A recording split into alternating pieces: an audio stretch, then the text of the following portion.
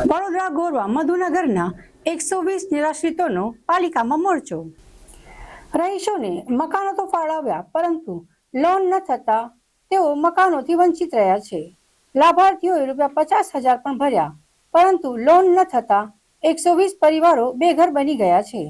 પાલિકા ગેરેન્ટર બને તેવી માંગ સાથે આજે લાભાર્થીઓ પાલિકાએ પહોંચ્યા હતા। પૂર્વ વિપક્ષી નેતા અમીબેન અને કોંગ્રેસના નેતા નરેન્દ્ર રાવતની આગેવાનીમાં મોરચો હતો। અમે સમસ્યા એ લઈને આવ્યા છે ભાઈ કે અમે મધુનગર ચોકડી બોરિયા તલાવ ત્યાંથી અમે આવ્યા છે।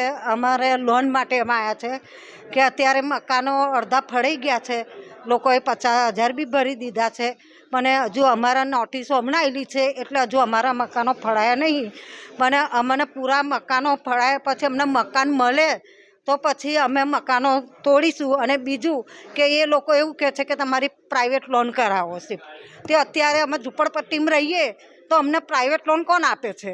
અમારી પાસે એવું ડોક્યુમેન્ટ હોવું જોઈએ, અને મજૂરી કરીને ખાતા હોય તો અમને લોન કોણ આપે? એટલે અમે એટલા માટે અમે અહીં આગળ રિક્વેસ્ટ લઈને આવ્યા છે કે અમને લોન કોર્પોરેશન અમને લોન કરી આપે, એ હપ્તા અમે ભરી શકીશું।